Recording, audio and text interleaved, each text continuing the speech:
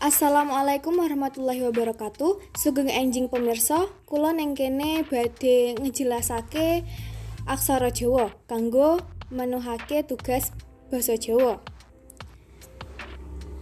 Anggota time yaiku wonten Imelda Agustina Maulani Mursid nomor absen 10, Kurnia Destriani Pambudi nomor absen 12, Sylvia Amirah Firdaus Yumna nomor absen 30, lan Talia Salsabila Kufanda nomor absen 32.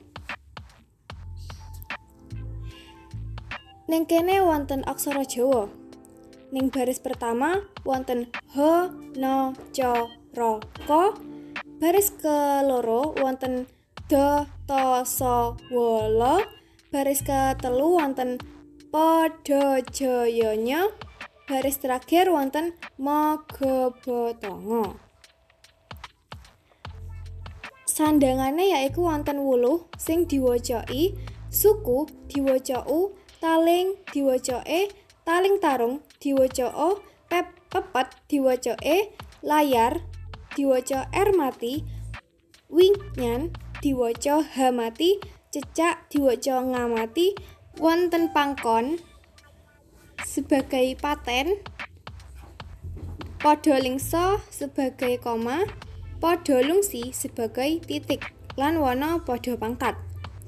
Cakra ra diwaca ra ing akhir, cakra kerat diwaca re ning akhir, cakra la diwaca la ning akhir, Cakrawa diwaca wa ning akhir, pengkal diwaca ya ning akhir, pacerek diwaca re ning akhir, ngalelet diwaca le, lan wonten padha adeg-adeg. Niki wonten pasangane kanggo aksara Jawa sing mau yaiku Hana Caraka, Data Sawala, Pada Jayanya, lan Maga Batonga.